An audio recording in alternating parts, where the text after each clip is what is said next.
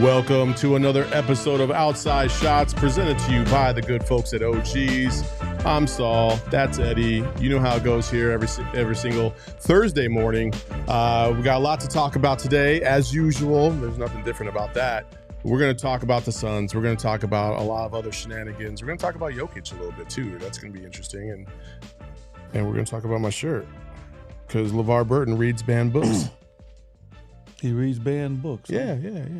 I do too.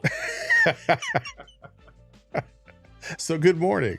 The Suns just got off a really incredible comeback victory against the Sacramento Kings. And there's a lot of different ways you could take this. They shouldn't have been down in the first place. They looked sloppy through 3.5 quarters. Or what a great bounce back. The resolve of this team to stay in it and keep fighting and get the W. It's whatever way you want to look at it, right? So, Eddie, you were sitting courtside, and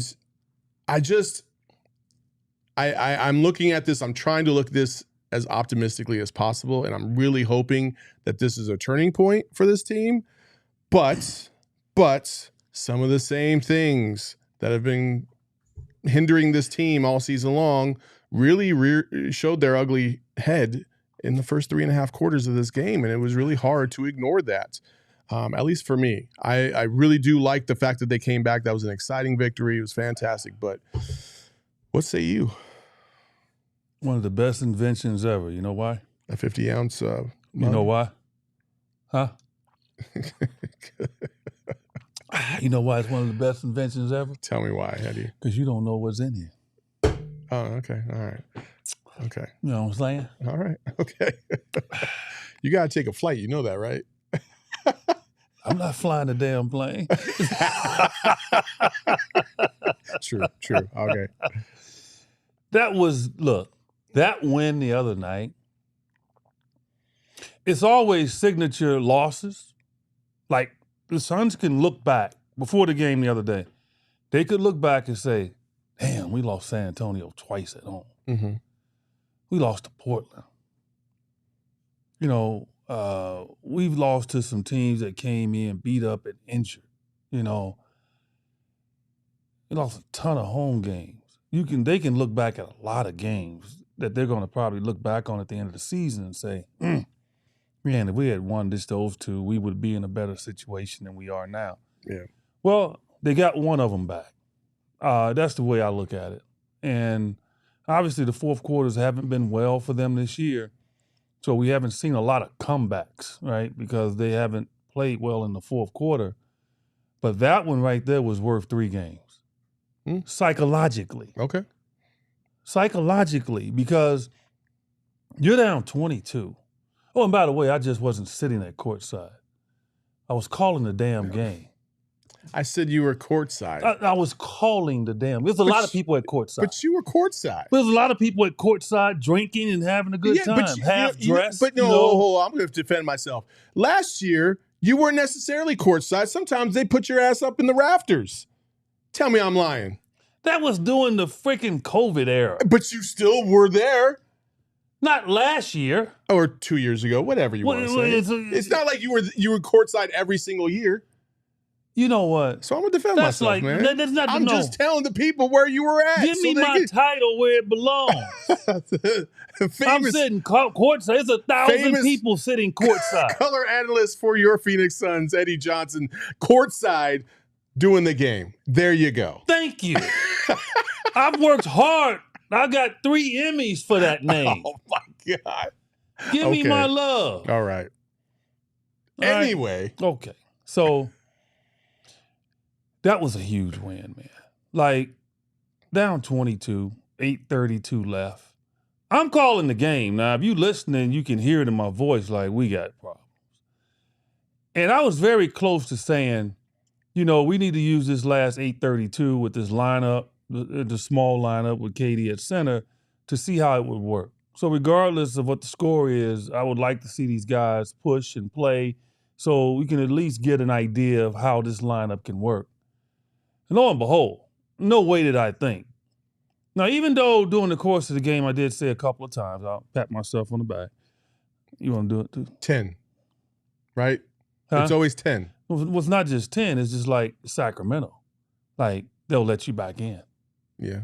Like, because of the way that they play. And they get excited. Like, they start to shoot more threes when they're up. And it gets them in trouble. And we've seen it. We saw it last year with Golden State, right? Golden State came back in that series and beat them. Yeah. So I knew they would give a chance, but I just thought the hill was too steep to climb. But, man, that lineup looked good. Like, KD at center looked good because what it did, it forced Sabonis now to have to guard somebody and not be as helpful defensively as he was early in the game.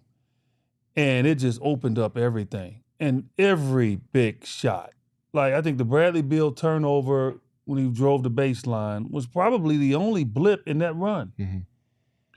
And, man, I was standing up calling the game. See, so I wasn't sitting at courtside. If you look back at the tape, EJ was standing up because, it's a good infomercial for the tight Italian suits. Okay. So, I had to stand up. Man, that was tremendous, man. And the joy on these guys' faces. KD's press conference seemed like it went an hour. That's how happy he was. It was a lot of off their shoulder, too. In regards to one, Sacramento's had their number. And then two, it could be a team that they're battling with at the end of the year, right, for a position. So it's good that they won. So now I think they play them 2 more times. So they have a chance to win the series. And just the fact, man, that they gave something to the fans. Like, the fans have had a tough time at home coming out supporting, and the team has not been good at home. Better on the road than they have been at home. So huge win, man. Great shot making, great defense, and an unbelievable future lineup, man, that can really create some problems. So a lot of great things came out of that game. So they got to follow it up, though. That's the only thing. They can't come back and stink it up in New Orleans. They got to really build on what they gained here against Sacramento. Sometimes in games like this, coaches will just say, you know what, it looks like we're out of it. I'm not going to wave the towel, but, we're going to experiment a little bit. And I think they might have accidentally run into something that they can go to. They can't go to it frequently, in terms of like just a staple of what they do, but they could do it in spots. Because, obviously if you have KD going against, a premier center, that's just not going to work, right? Like for the long haul. No, if you do that's it a short-term, that's short-term a spurt things, lineup. absolutely, No, it's not something you start the game. Exactly. And so I do. That is encouraging. I am happy that Vogel tested that and see where it was going to go. He did it in Portland too. So he did it in Portland, and you remember they held off Portland in the fourth quarter as well. Sorry, I cut you off. No, you're good. You're good. So, it's nice to see that this team they had the resolve to just not give up. They kept fighting. So that's an encouraging sign. It means that they're all still locked in. They're all playing with effort. It didn't feel like it though in the beginning of the game. The first 3 quarters, EJ, I'm telling you, we were there for our takeover, and being there, watching this in person and watching the rotations, it felt like there was, I'm not going to say a lack of effort, but really it felt like a lack of focus at times in terms of where your positioning should be on defense. The communication, guys were wide open time after time after time again. And even when they were driving to the lane, like De'Aaron Fox had a couple of just floaters that just looked like warm-up jump shots. And I just like, nothing felt like the Suns were providing resistance in any way, shape, or form. And that's the discouraging part of this game is like, why is it like this at times with this team? The inconsistency, especially on the defensive end, where it looks like they have zero clue what is happening, time after time down the court. And for Frank Vogel to be, quote unquote, a defensive coach, that's even more discouraging. Yeah, without a doubt. But the one thing I'll protect Vogel in this situation is that this is an offensive built team. Mhm. And a lot of times I played on offensive minded teams and I played on defensive minded teams. The offensive minded team I played on was actually here in Phoenix. Kansas City as well. I won't go back that far because a lot of you know, Waterboy couch potatoes, y'all don't go back that far in regards to history. They don't even know that a team. No, they don't existed go in back Kansas that City. far in regards to history. They're into the present. Like, you know, I mean, like, Jokic is the greatest center ever in the history of the game. I mean, that's where they stand right now. So I won't date myself that much. I'll just go back to the Suns, late 80s. We were an offensive-minded team. Like Tom Chambers, myself, Kevin Johnson, Jeff Hornacek. Like, you know, us four guys offensively would devastate teams. And then along the way, we added defenders, obviously, and Dan Marley, Mark West, Ty Corbin, T.R. Dunn, guys like that, Kurt Rambis. But we were still an offensive-minded team. The Suns teams in the 2000s, right, with Nash and Sean and Amari, offensive-minded teams. So you've seen, you know, you see that team, and that's what this team is.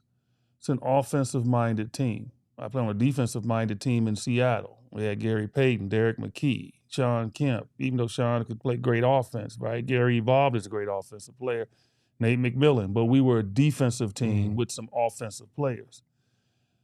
This team was built initially as an offensive team with these three tremendously gifted offensive players, and Devin, KD, and Bradley Beal. And so the mindset when you go out there is you think no matter what the other team does, you're going to outscore them. Problem is two things. One, the ingredients to surround them have not been there all year. We're starting to see those ingredients now. I told people before the season started, I said the Suns would have the best three-point shooting team in the league, and they pushed back on me. Well, we got two right there at the top, in KD and Grayson Allen. We know what Eric Gordon can do. We know what Devin can do. We know what Bradley Beal can do. We've seen it. Mm-hmm. So we know that's going to be the case eventually once they can band themselves together. But the defensive aspect of it gets them in trouble because they think they can outscore people, and especially against teams that know how to score themselves. Now it's a crapshoot. Who's going to be hot, right? And we've run into that. And the other night, Sacramento runs a great offense. Like that offense they run, where they're just circling around Sabonis and they're coming off screens real fast and everything. It's hard to guard that, especially with Fox, because he comes off real hard on that. If you go under, he's very good at just stepping back and he can make that jumper. And then if you chase, he's going to keep going around, and now he gets the ball, and as you said, he's in the paint for a little jumper. And if you hedge too much and try to cut Fox off, then Sabonis is a tremendous roll guy. He rolls quickly to the rim. They get it to him, and once he gets his 2 feet anchored in the paint, he's just a load to move. Mm-hmm. Tough team to deal with, man, offensively. So that's the problem is the defense always has to be a mindset. They can't play D like they did in the fourth quarter for 48 minutes, those guys, but they can do it for 25 minutes. That's enough to go on a 8-0 run, 10-0 run, and then you get separation. So, I was a little elongated with that one, but I felt that you needed to hear that from the guy that actually sat courtside. See? see what I did there, Eric? All right. You mentioned Grayson, and he's I think he's at the top in terms of three-point shooting. He's one of the best three-point shooters in the league right now. I think he was second yesterday. I mean, it's he and Beasley from Milwaukee. So, I mean, he's playing he's having the best year of his career so far shooting-wise, and he is best year, period. He has been the one constant game after game after game for the Suns that has bled through all the way through. And I've just been super impressed by Grayson Allen. At the beginning of the season, I was all in on Grayson, and people kind of laughed and people scoffed and people judged Grayson Allen because they were like, oh, he's a bad guy and he's a dirty player. And I told everybody, you're going to change your tune when he's part of your team. And sure enough, how many Grayson stands do we have now? Almost everybody's a Grayson stand because Grayson Allen has been a delight to watch this season. However, with great performance comes more, I don't know what you want to say. When it comes to trade stuff, people are going to be a little salty if you even mention the fact that Grayson Allen might be a trade target for other teams. And the Suns, knowing that his contract ends and the fact that if they did try to extend him, it would cost him even more money because of the tax. It's a predicament the Suns probably enjoy to be in because that means Grayson Allen's providing tremendous value right now. But at the same time, you don't want to lose Grayson Allen. Like, it is too hard to replace somebody at like a Grayson Allen right now. You would have to get somebody that's damn near all-star level coming back in return to not only replace him, but be able to give you something else that maybe you don't have. And I just don't see that happening. I prefer them to hold on to him, but they're going to explore their options when it comes to Grayson because he's probably the most valuable trade chip that they have. I happen to love this kid. You know, it's a lot of players in the history of Suns lore that I want people to know I'm researching stuff and I'm looking at my phone. I'm not ignoring Saul. I'm not doing that. Things pop into my head. I didn't send a text. Things pop into my head, and then I have to go get it. That's the way I am. I'm not going to sit up here and act like I know everything about basketball. Couch potatoes, okay? I do research. All right. Number 8's in Suns lore, right? So when I first spoke to Grayson Allen before the season. Did you give him the approval to wear I number looked 8? at him. I said, I said, hey, man, you wearing my number. And he looked at me. And I said, don't embarrass my number. I said, you known as a great shooter. I said, to me, that number is reserved for great shooters because I epitomize that. That's my number. Okay. And here's the number of guys that wore number 8. John McCullough. Don't know who the hell he is. Rick Roby. I know who he was, but he was one of them big dudes, man, that, he wasn't no jump shooter. Big dudes shouldn't be wearing single digits Take anyway. my number off. Tim Kempton, same thing. Ugh. Tim, my boy, but don't be wearing my number, man. Treffin Ruffin. I don't even know who he is. Ruff? Oh, wow. Mario Bennett. I mean, he had a little skill. He couldn't shoot. Yeah. Pat Garrity was all right, but his body didn't look good in my number 8. I didn't like that. Oliver Miller. Hell no. Get number 48, number 50. You don't wear number 8. It's like Rick Mahorn one time was wearing Air Jordans. I looked at him doing the game. I'm like, are you kidding me? You wearing Air Jordans and you can't jump over a penny? Vinny Del Negro. Vinny, all right. Vinny can shoot. Vinny shoot the ball. Yeah. Vinny cool. Jalen Rose was at the end of his career. So Yeah. Jalen, But at least the rep matched. The rep match, but it was at the end of his career, so he couldn't accentuate it a little bit more. I had to call those games, but Jalen's my boy. DJ Strawberry, great name, but game wasn't all up to par. Channing Frye, now he epitomized number 8. There you go. Notice it was a U of A guy. I mean, how is that? Channing epitomized that. Told Channing. Channing made me proud. Gerald McNeil, never heard of him. Nope. Bryce Cotton, didn't hear him either, even though I called the game. Tyler Eulis, too little. I know, Devin, that's your boy. Too little. Man. No, too little. George King. Yeah, that was a blip in the radar. Frank Kaminsky. Frank was cool. He was cool. Frank was cool. He wore number 8. That's Espo's boy, and he gets a little salty. We still actually have Frank Kaminsky on the back shelf. Yeah, I like Frank.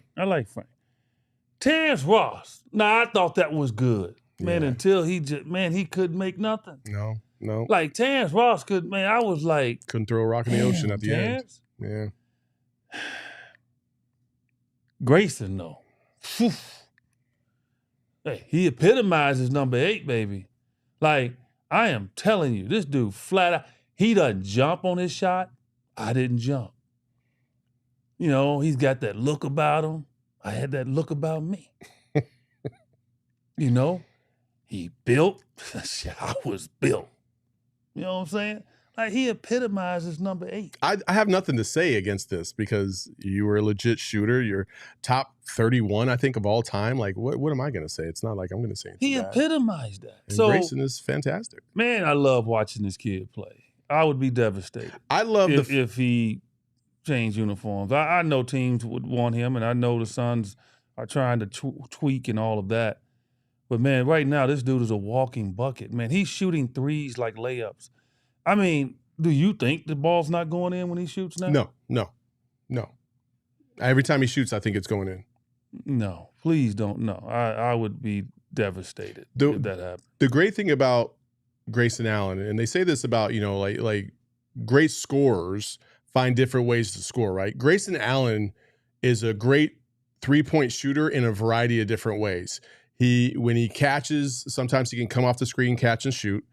Sometimes he's set. And then there's different types of set shooting, right? Mm-hmm. It's knowing that the ball's coming and you got plenty of time, you can set up, spot up, shoot, right? Then there's the other one where he's already got his hands in position because he knows the defense is really close, but he knows he's got the shot. And so his arms are already in position. So he just catches it. And it almost looks like it just goes from straight to here. He doesn't have to load up or anything. It's just a nice, pure shot. And that's the thing that impressed me. I think in like game 2, he did this. And I was just like, wow, there's not a lot of guys in the NBA that understand that and can perform that at that high of a level. You're right. And I'm glad you brought that up, Saul, because like, and look, what I'm getting ready to say, I normally charge for it. It's free. But if you really feel good about it and you want to get the full gist of it. It's that camera when it's one on you. Right here? Yeah, there you go. I should know that, right? Yeah. Because I sit courtside. There you go. Exactly. I normally charge for this. All right? Normally. Why'd you take all this damn time to tell me? I don't know the camera set up here. You got 3 cameras pointing at me. Nobody had to tell me, Eddie. I just knew. I looked at the camera. I was like, oh, it's coming from the side of my face. And I moved my head. Both cameras are on you because the camera's there and the camera's there. You're just looking straight. Both cameras are on you, man. See? He knows. See? I know. He knows. I normally charge. But if you really want to get the full gist of it, Jump Shot 8 video, still on Amazon. I think it's about $10 now. It's been out for 15 years. Okay, he's a great seller. All right, thousands of people have it. It's 90 minutes of me saying exactly and teaching what the great jump shooter himself, Saul Bookman, just said. All right, so you're right about Grayson. It's different levels of getting your shot off. It's all predicated on where the defender is and how aggressive he's attacking you. Okay, so for instance, if he's far off of you, then you have time to catch it. As I said on the telecast last week, I think it was a Portland game, I believe, you can see him turn the ball in his hands, and he's not looking. What is he turning the ball for? To get it in the groove. Yep. I love to have my fingers feel the groove. Yep. So I didn't even have to look like, boom, I just turn it because I knew. All right. So I knew I had time.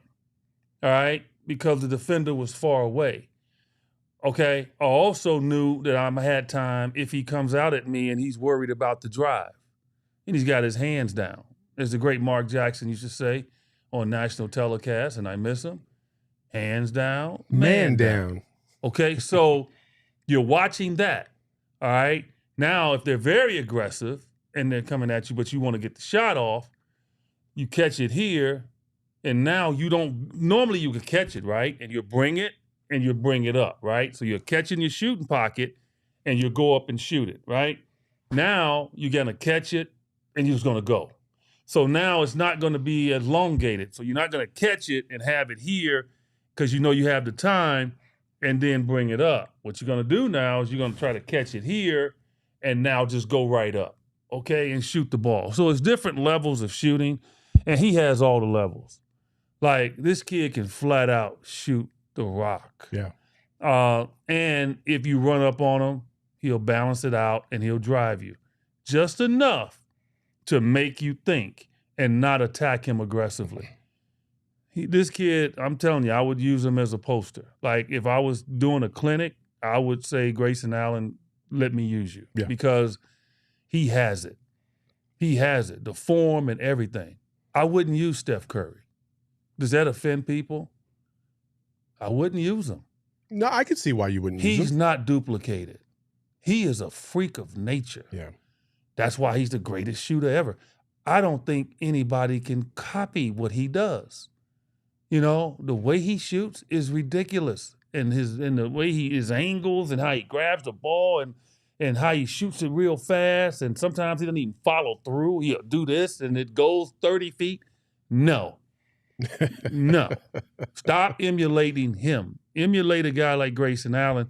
You'll get to the league and you'll have a chance to make a few dollars. The most impressive thing about that, too, as you were explaining each different level, is that each different technique that he's using, there's a different amount of power coming from a different part of the body.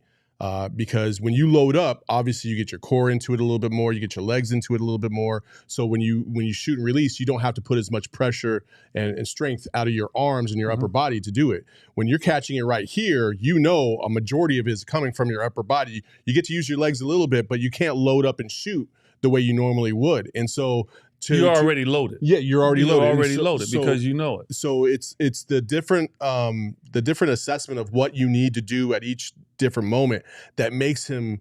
That's what's so impressive about what he's doing. Is like people don't see that. They just think, oh, he's just a good shooter and he's hitting these threes. But there's levels to this. Watch him, like couch potatoes and water boys. Stop watching basketball and only watch the ball. Stop watching basketball and only watch the ball. Watch off the ball. Watch Steph Curry off the ball. Then you'll really appreciate how great he is. Watch Grayson Allen off the ball. Watch Eric Gordon, how they just sit over there and they just load up. They'd be like this. Hands up, ready. Feet already set. One foot pointed toward the target, the other foot pointed toward the passer. So now when you catch it, boom, shots up. All that is the setup before you shoot the ball. And people don't watch that. Mm-hmm. You know, watch off the ball. You'll learn so much more about basketball. Yeah, 1,000,000%. Avoid in the comments saying Saul getting his ass kicked by Eddie every week. You should avoid saying that dumb shit. How about that? Okay. All right. Let's move along to the next thing. He touched a nerve, didn't he? I mean, we got a lot of different comments up there. It's just like what are we talking about here? Like, what do you mean I'm getting my ass kicked? How? Because we're talking about Grayson Allen? People just. I'm sorry. Hey, Eddie's Legion. Calm down. Eddie's Legion. Calm down, baby. We know how it go. Like Beyonce got hers, Eddie got his. I know. So calm down. Saul's okay. He's all right. God. Just calm down. Be nice to him. God. The beehive and the J-hive. That's the right. J-hive. It's the J-hive, baby. Yeah, it's a J-hive. Oh, my gosh. Even though I'm wearing a Chicagoland Legends hoodie, and they put Jay Johnson. Like, who the hell is Jay Johnson? Oh, they did put Jay Johnson. That was for Joe. It wasn't supposed to go to you. But I like the hoodie so bad. They sent it to me, but maybe I've been gone from Chicago so long. They forgot that Johnson guy in Arizona. Let's send him I mean, the J's maybe for jump shot. You know, they're maybe like this guy's known for his jump shot. That's why I wore it. Jump shot, baby. I mean, Devin. That's what my name's not Eddie the Devin Booker. What is it? Jump shot. Is that what he says? Well, that's my name. I don't think Devin has ever called me by my name. Really? Jump shot. What's up, jump shot? That's cool. What do you call him? Huh? What do you call him? After he walk away from not calling me my name? No, what do you say to his face? I call him Devin. Okay, all right. All right. I feel like you should. I feel like you should have a You say, nickname what's for up, him. Jump Shot? So I like the name. You know. Hey, Okay, it's cool. All right. Well, that's cool. Well, hey, we wanted to get into this. They're obviously about to hit the road right now, and as you mentioned, New Orleans Pelicans are a tough team. They're really hot right now. They're playing good basketball all the way around. They've always been kind of a tough team for the Suns to play, physicality wise, and they've gotten the Suns a couple times. The Suns have gotten them a couple times. This is the start of a long road trip. What are you expecting to see in New Orleans? Do you think this is going to be the turnaround? Do you think the Sacramento Kings game will finally be the turnaround that this team needs to really get that confidence and start taking off? Yeah. Well, in a way, it is the start of a long road trip, but they do have an interruption. New Orleans back here, play the Pacers, and then on the road, EJ be here with you. Yeah. Yeah, that's my vacation. Are you not time. going on the road? Vacation time. Okay. Look, vacation time. Okay, I'm turning 65 this year, and I'm getting all these damn geek ads, because of Medicare, Medicaid, whatever it is that I have no choice. I have to get. People, I'm telling you, when you turn 65, they make you do stuff, okay? So I have no choice but to get this, even though I have 100% insurance. Doesn't matter. I still got to get this Medicare.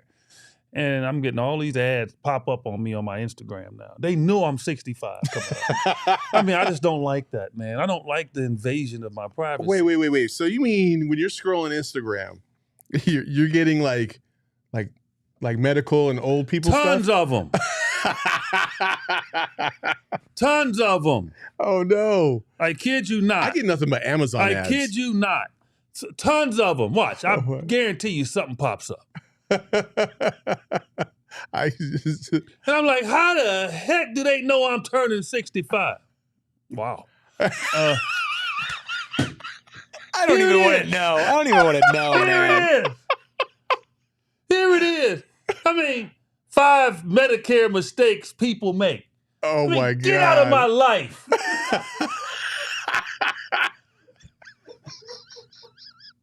Oh, my God.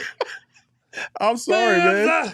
So they gonna remind me all year I'm turning 65. I feel like I'm 50, 45. Stop reminding me, man. Gee, A, B, level. I don't know. I know I got to sign up for it. They're going to take money from me anyway. Fine. What are we talking about? We're talking about the road trip. So I'm taking time off. Okay. Taking time off, man. The great Ann Myers, who just had knee replacement, that's how tough she is. You get some of these guys get injured, they land on the floor. Hey, we got to reel them off in a stretcher, and then they come back on the court. We're not going to besmirch Kevin Ray, okay? And come on, man. So my thing is, I got to take the time off. It's a long road trip. 2 weeks, man. That's long. Getting in the hotel 2, 3 in the morning. My old body's not ready for that. So there I go again. I'm dating myself, but it's true. So, but it's going to be a tremendous run here for the Suns. They got to really be focused. It starts in New Orleans, and hopefully they don't have that sound machine going. The sound machine? Oh yeah. Last year they got mad at me because I said that they had an echo machine in there, that, the crowd noise, and then they boom, echoed it out a little bit, and they really got on me. The New Orleans organization got on me. But they still haven't proven to me that they didn't use it. The Suns were guilty of using it a number of years ago. Remember, it came out, the league said it was too high, whatever. Look, I have no issue with it, but just admit that you were using a sound machine. Yeah. I mean, that's all. Let's be real. In 2019, when there was, half as many people in the stands, and it still sounded the same as the NBA Finals, you knew, come on. Knew something was wrong, right? It's not real. Right, in the bubble, right? In the bubble, they had to use the sound. So don't tell me you don't use it. They got mad at me, but New Orleans, so that's a polarizing place for EJ. The fans don't care for me too much there. I have to make sure that the bodyguards, the Suns do travel with a host of bodyguards. I have to alert them that that's not one of the places that I'm liked. Why is that? Oh, why don't you do your research on that back and forth? Bad. I did not know that there was. Oh, you can pull it up now. It's Eddie Johnson, the Pelican sound machine. Oh man, they destroyed. They destroyed me. Please, and nobody's gonna destroy me on Twitter, But we went back and forth. Well, if it makes you feel good, you have a partner in crime when it comes to New Orleans people hating you. Espo is very much hated in New Orleans. He last needs to go down there. He needs to come with me then so he can walk with me so they'll get him, because if they start chasing us, I'll just run right alongside Espo. Just outrun him. I'll be like, Espo, I'll be running and he think I'm running fast. As soon as they get close, boom, I'm gone.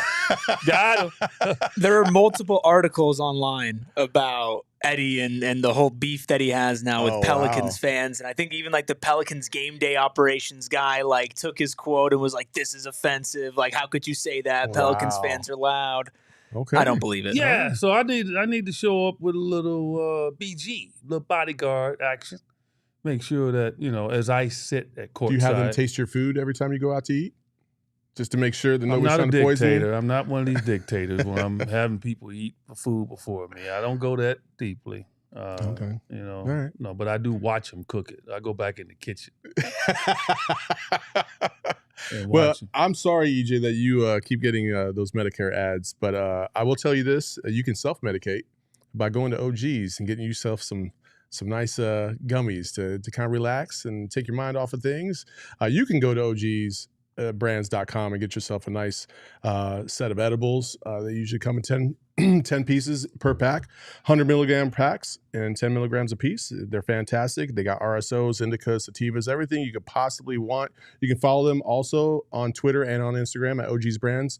They're a fantastic edible. Again, I think they're the greatest edible in the history of edibles, especially here in Arizona. So check them out at ogsbrands.com. And remember, you must be 21 or older to enjoy. My man plays a lot of golf. And Eddie, I don't know if you know this, but Four Peaks has actually got a crossover beer with Bad Birdie.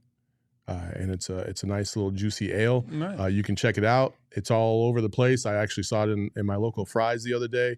It's a fantastic drink. You should try it. I had one. It was fantastic. I liked it a lot. So check them out. Four Peaks Brew. You can follow them also on Instagram and Twitter. Same thing. Check out their 8th Street Pub. It's fantastic. You can't go wrong. The food is great. The beer is great. It's the best craft brewery in the state. So check it out at Four Peaks. And remember, you also must be 21 or over to enjoy as well. All right. You brought up something on Twitter the other day when it came to centers in the NBA.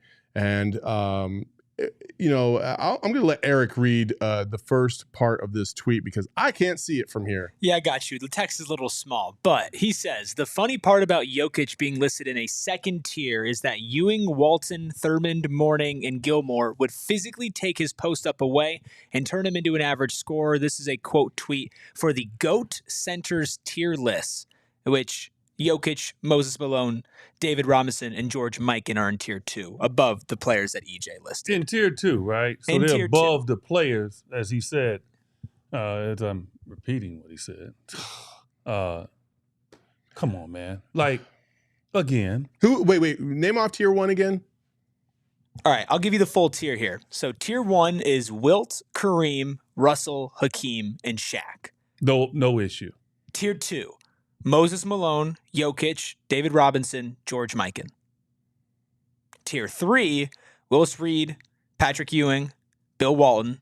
Tier 4, Nate Thurmond, Dave Cowens, Alonzo Mourning, and Artis Gilmore. Okay.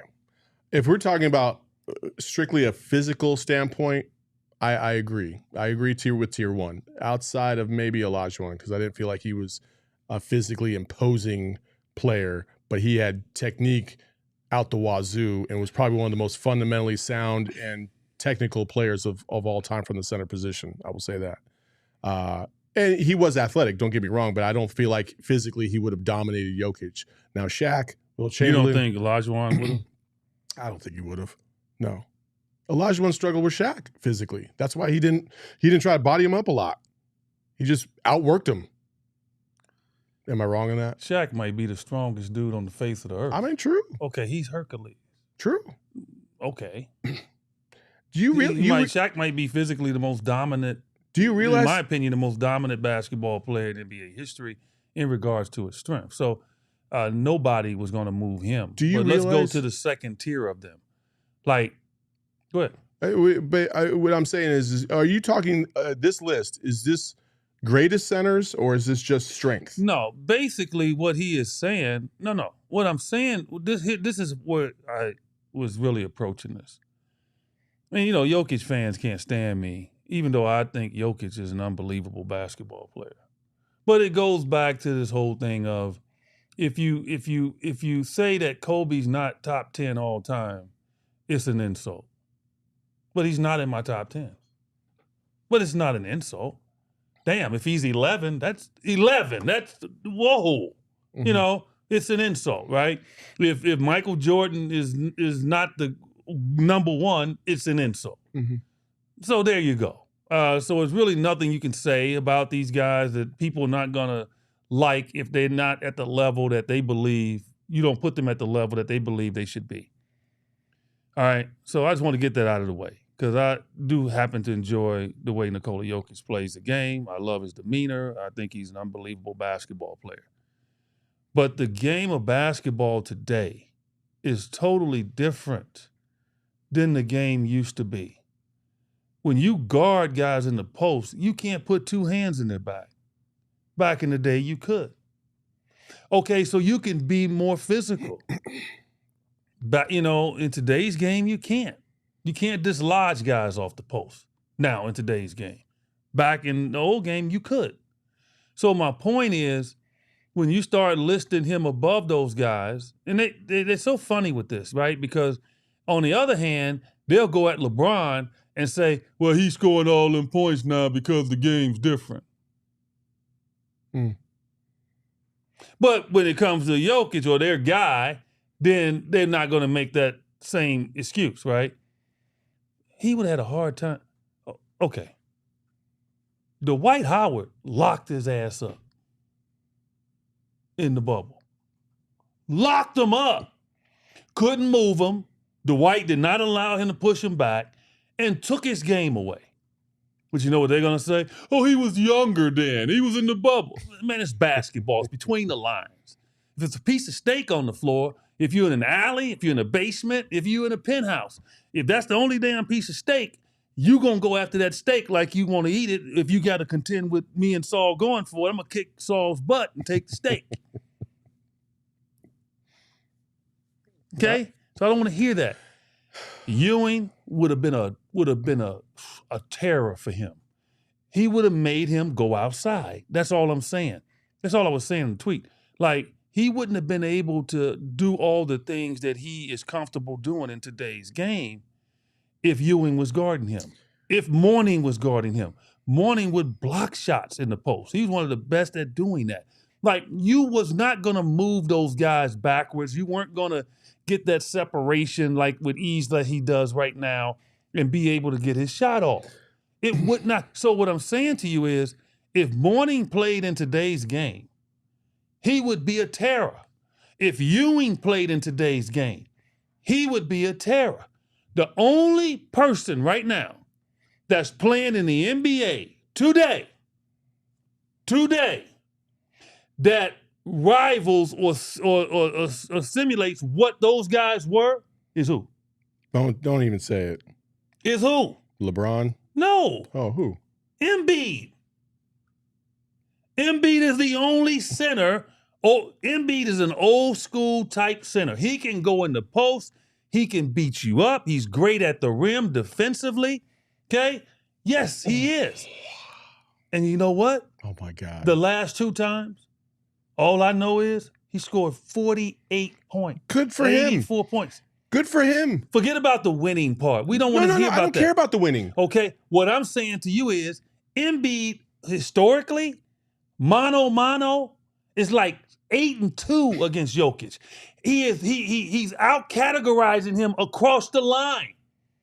Totally dominated him statistically. If we're talking Embiid versus Jokic, okay, whatever. I don't really care about that. What I'm saying is if we're talking about Embiid versus the old school in terms of physicality, hell no. Look. Hey, listen, Embiid flops more than any center in the history of the game. What does that got to do with anything? Because he can't handle the heat. Oh, no. Come on, man. Look, this is a floppers league. What do you mean? Everybody flops. You think he's going to flop in the 90s?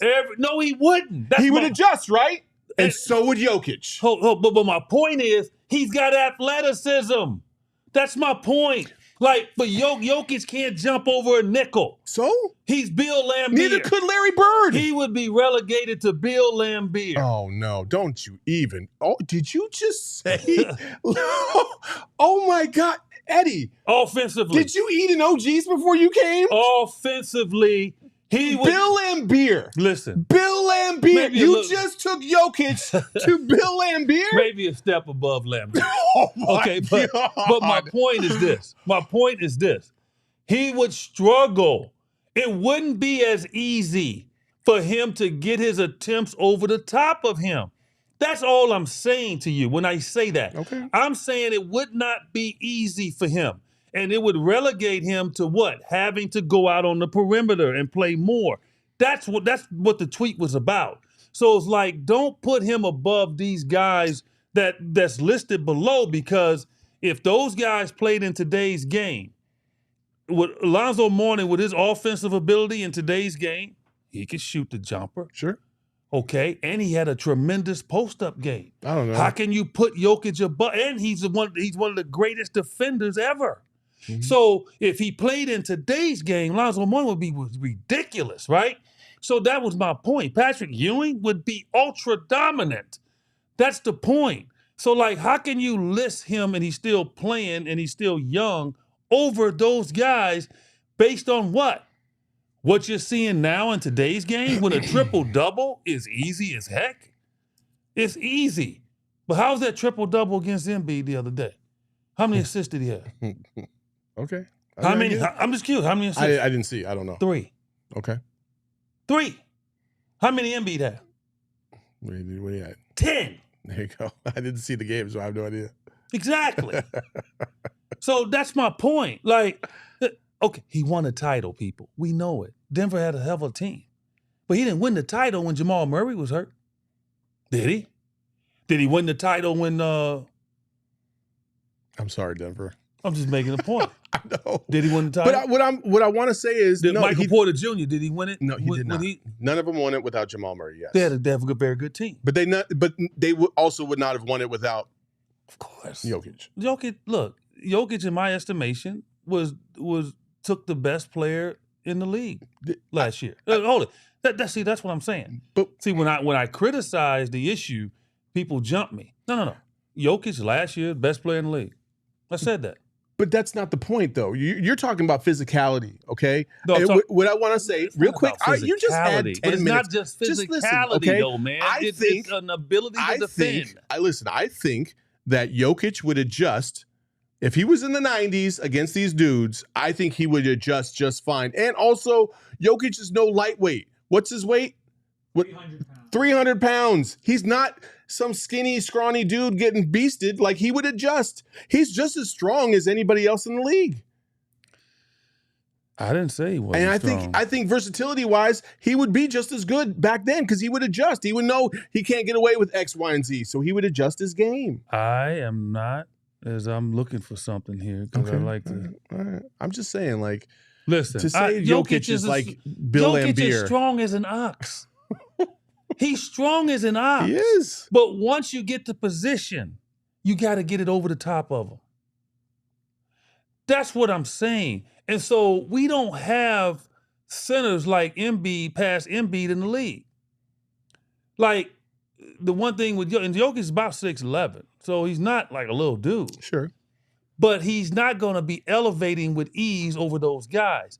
So it goes down to the point, how is he listed above them with ease? Like, statistically he is. Yeah, you can look at his numbers, but people say in today's game, the numbers are skewed, right? Easy to get a triple-double, right? They were saying that with Westbrook, right? To put Westbrook a step down, look how easy it is for him to get his triple-doubles, right? So there you go. Real quick, your New Orleans hated brother is wanting to pipe in on this for the first time, folks. Espo is joining the squad. What do you got, Espo? Can we just rename the show "Old Men Yelling at Clouds"?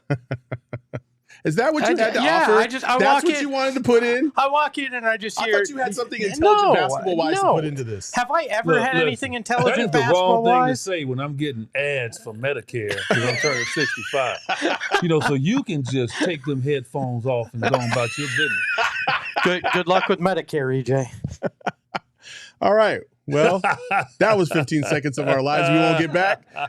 I did think you were going to come in with some sort of nuanced Eric, take. you don't give the mic over until you find out what they want to say first. He's never walked over here and ever done anything like that before, and I figured it was going to be something monumental and game-changing. No, it definitely was the opposite well, I'm of gonna that. tell you, Nugget fans going to see this thing, man. They're going to go crazy.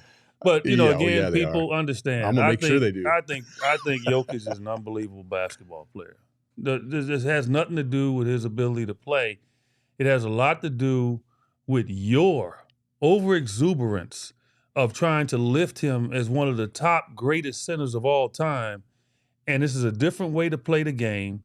And he can get away with a lot of stuff now because of it. He doesn't have a big-time center he's facing every night.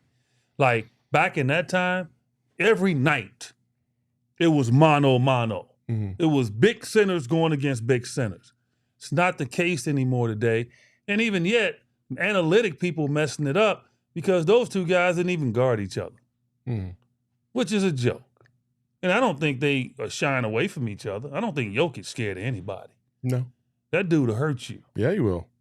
No, he ain't scared of anybody. He would fight Charles Oakley. And Embiid's not scared of anybody. I firmly believe that. So it's not even about they're scared of each other.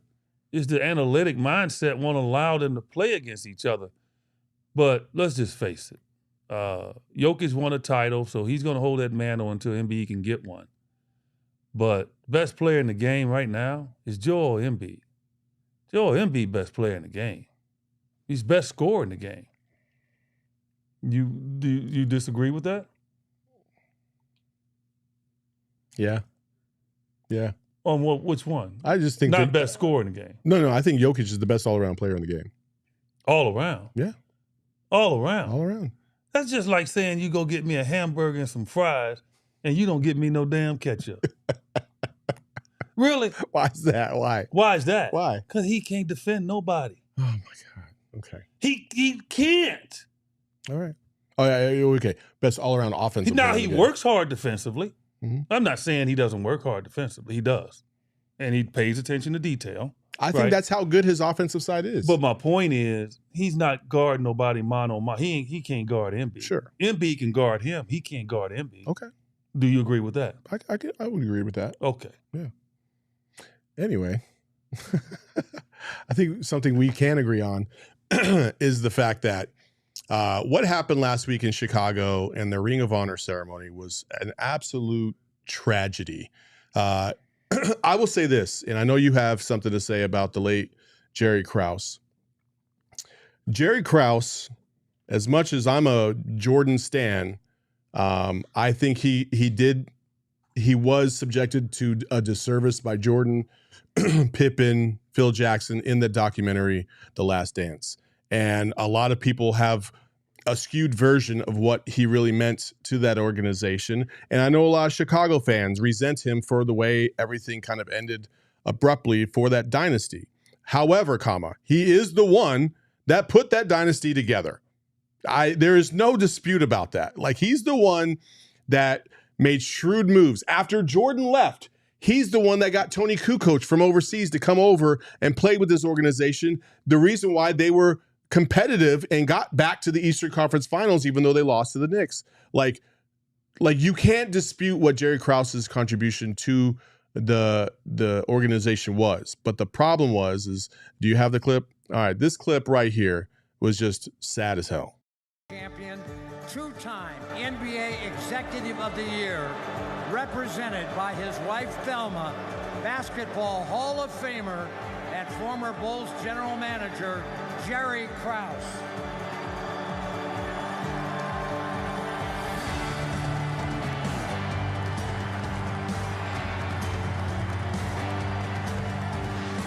Now, for those of you on the audio version of this, you can't hear it, but I'm sure you've all seen the clip of Jerry Krause's spouse, Thelma, crying. She was visibly upset. I believe it was Ron Harper that was behind her, trying to console her and trying to get her to rebound from it. And that was just a sad, sad scene. And a lot of these casuals in that Chicago crowd booing somebody that has passed away, that it contributed greatly to this organization, no matter what you think of him. It was just pure classless. And I'm not a big Jerry Krause fan. I don't think anybody is, but I also know the moment. And the moment to boo this man might have been when he was still in existence and still in that crowd, and you maybe gave him your 2 cents. But it's been a long time. It's been over 25 years since they've been in that position to win a championship. That was just abhorrent. Absolutely abhorrent. EJ? I've been a Chicago fan my whole life. You know that. Mm-hmm. You know, and when I was a young man, I grew up a Bulls fan. Chet Walker, Bob Love, who's a great mentor to me, Mickey Johnson, Norm Van Leer, Jerry Sloan, Bobby Weiss, Tom Boerwinkle, Howard Porter. I mean, what I tell you all is a diehard. It cost $1 to get into the Chicago Stadium, sit up in the rafters. I had the great Isaiah Thomas on my show yesterday. And, you know, we grew up together on the west side of Chicago. And he was crazy about what happened. It bothered me because all those years I supported the Bulls, they lost. Mm-hmm. A lot. They lost. When I got into the NBA and we were playing the Bulls, they lost. Jerry Krause comes over, a baseball guy. Mm-hmm. In the White Sox organization. Yes. Obviously, Jerry Reinsdorf thought enough of him being in the baseball situation that he could bring him over to the Bulls organization and take over. He comes over there. Okay, he didn't draft Michael Jordan, but he drafted everybody else. Yep, Scottie Pippen. And traded for Scottie Pippen. And in seeing the struggles of Michael Jordan, the losing every year, he built a team around Michael Jordan. Not just Scottie. He traded for Scottie Pippen, NAIA player. Not a lot of people knew about him, but he saw it. Matter of fact, Seattle drafted Scottie and traded him to Chicago for Olden Polynice. All right, so Olden, how you feel about that? That's my boy. He listens to the podcast. He was here for your poker tournament. Yeah. Shows you how valuable you were. No, I'm just kidding. You my boy. You know that. So he drafts Scottie. They go through their struggles. Along the years, he picks up Luke Longleys of the world. He picks up Steve Kerrs of the world. You know, the John Paxsons of the world. He goes out and he says, you know, I'm going to add, you know, Bill Cartwright. He adds, he says, I'm going to go to Europe and I'm going to draft this guy, Tony Kukoc, who's thought of as Mr. European. And even the backlash from going to get him, right? From MJ and Scottie, pushing back on it, you know, and not really receiving Kukoc as well as they should, fighting back on that. Oh, and then he goes into the CBA and he hires a guy that was considered a hippie back in the day when he played, Phil Jackson. Mm-hmm. And then he goes and gets an old archaic mindset coach in Tex Winter. Mm-hmm. And they come up with this triangle. And, you know, and all of a sudden, the Bulls are what? What, the best team in basketball? Winning. Jerry Krause did that. Michael Jordan would have left if they had kept losing. Scottie would have left if they had kept losing. Jerry Krause is the reason why he allowed them to stay. Picks up Ron Harper the year before Jordan comes back to go for the second three-peat. And what happens? Ron Harper, 20-point per game scorer, thinking he's replacing Jordan. Jordan comes back. Ron Harper turns into a defensive stalwart and becomes an integral piece of 3 more championships. Really? Like, what Jerry Krause did for the city of Chicago, for the Chicago Bulls, is unbelievable. So you don't like the last step that he made. He said, you know what? This dynasty's over. We're going to start the rebuild. And people are making him pay for that, thinking, oh, we could have won number 7. He gave you 6. That's just like somebody giving you $1,000 and you mad because they don't give you 1,025. Like, he gave you 6. He put you in position to get 6, and you boo his spirit, and his wife is there to take it? Really?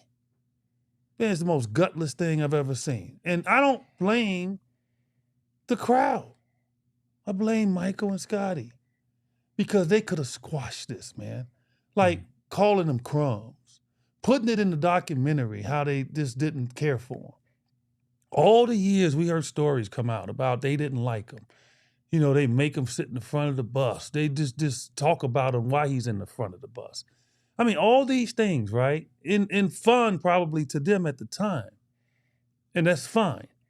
But now that he's gone and he can't even be respected at what he did, name me a GM that has done more for Chicago, as the great Isaiah Thomas said on my show yesterday, than Jerry Krause. Oh, 0. There isn't one. But yet you boo him. Yeah. And you boo his legacy, you boo his wife, who came there probably knowing that maybe that would happen, but she still came thinking that the goodness in your heart would not do it. And you did it? Yeah. Man, I have no respect for those people, man. So, yeah, that was just Bush League, man. Yeah, it was absolutely Bush League. And I know our CHGO folks actually talked about this as well. And they would, Peck went on a great little tirade. And if you have a chance, you should go back and watch their show the day after because it was fantastic and they did it justice. So also, Prong 123 in the chat, bro. MJ, Kobe, and Shaq are not overrated. I don't care if Phil Jackson was their coach or not. They still would have found a way to win at least 1 or 2 championships, even without Phil Jackson. You got to stop with that mess. That's crazy to just say that they would never win a championship without Phil. Like, that's just stop. Just stop. They didn't. I know, but you would never know in their prime if they would have or not. Well, I'll say it like this. As Michael will push back if he was here. Organizations win championships, not players. Organizations win. We've seen a multitude of talented teams didn't win. Organizations, man, it's the people around those players. It's the coaches. It's the trainers. It's everything. That's what allows you to win. It puts you in a great position. You have the great support. It's not just the talent. This is somebody that played 18 years, man. We had unbelievable talent in Kansas City. Well, we had terrible management. And he's not here anymore, Joe Axelson, so I'm not going to, go at him past that. But it was just bad management. Okay. The two have to work together. It without a doubt. You know what I mean? And that's the thing is you can't say, one wouldn't have happened. Like if we replace Phil Jackson with, Pop, would they not winning a championship then? Like, stop. Like, you don't know. Like, you don't know what coach would have been able to overcome that. Like, Phil Jackson, a tremendous coach. Well, Tex Winters should also get as much credit as Phil Jackson because he's the one that came up with the concept of the triangle offense. K-State alum, fantastic Hall of Famer. Like, he gets Tex credit does, too. Though. I think Phil gives him credit. Yeah, but everybody talks about Phil. They never really talk about Tex. Because Phil had to convince Michael. That's the toughest part. Phil had to convince him, not Tex, even though Tex had the offense, right? I'm sure a lot of coaches came into the NBA with strategic offenses that players didn't want to buy into. Yeah, true. So Phil had to convince Michael to trust Scotty with the ball to make the triangle work. Okay, fair enough. We have gone a really long time today, so we're going to end it with a little bit of levity. Do you want to say something really quick about you had posted something about Martin Luther King, and I know you wanted to bring that up. Yeah, I mean, look, Martin Luther King holiday this past week, I would like to get to a point in this country where it becomes the big holiday, right? You have these strategic ways of putting it, where some holidays, they shut down everything and people actually act like it's a holiday. Martin Luther King, in my estimation, is one of the most powerful men to ever walk the face of the earth in this country because he stopped this country from having a second Civil War. Yeah. Bottom line, he stopped it from having a second Civil War. And he did it with nonviolence. And in the era of violence, in the era of dictators and guys bombing other countries and going in and fighting and losing lives, he came up with a way, taking a part of the ideology of Mahatma Gandhi to be able to just teach the art of nonviolence and to be for everybody, not just one segment of our society, not one race, but all races. So for me, he's the most important figure in the history of this country. And I think it comes a time where, in January, on a Monday, okay, as we just had, it should be celebrated a lot bigger than what it is. And I know I do. And I just implore other people to understand, do their research, do their history, and understand. He saved lives.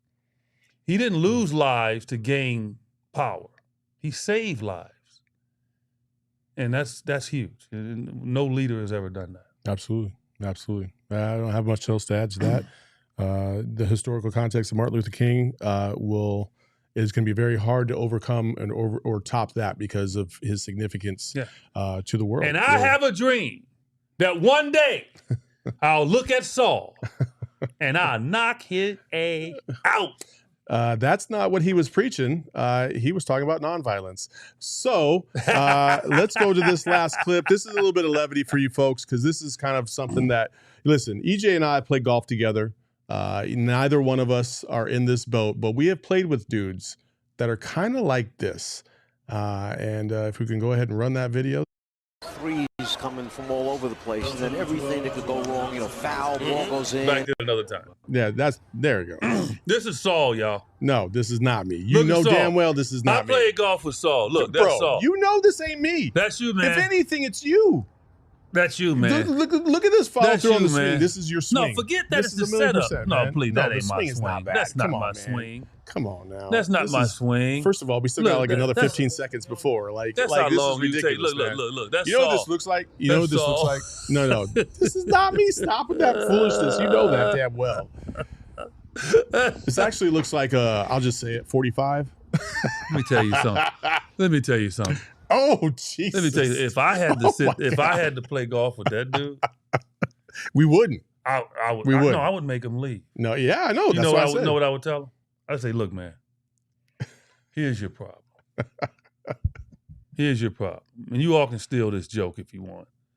Here's your problem, man.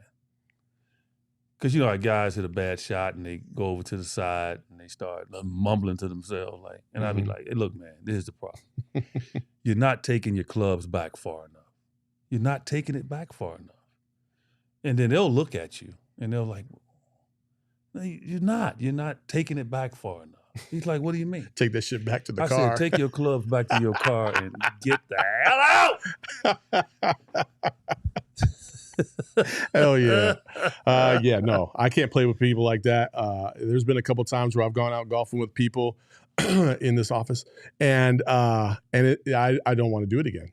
They need to get better. They need to step their game up. Two of them are in the same office together and they need to learn how to golf a little bit better. There you go. You know what I mean? So that's just what it is, man. So anyway, thank you all for joining us on another episode. It was of Outside long-winded, Shots. but I was on one today. I was. tweeted it out. I said, get in here. I was on one today. You can follow my man at JumpShot8 on Twitter. Later. You can follow him on NBA Sirius Radio. Are you on today? No, I'm traveling. You got to use the mic, bro. I'm traveling today. I'm out of here. Later. Okay. You can follow me on Twitter as well, Saul_Bookman, or even on Instagram for both of us. Until next time. Get out. Peace.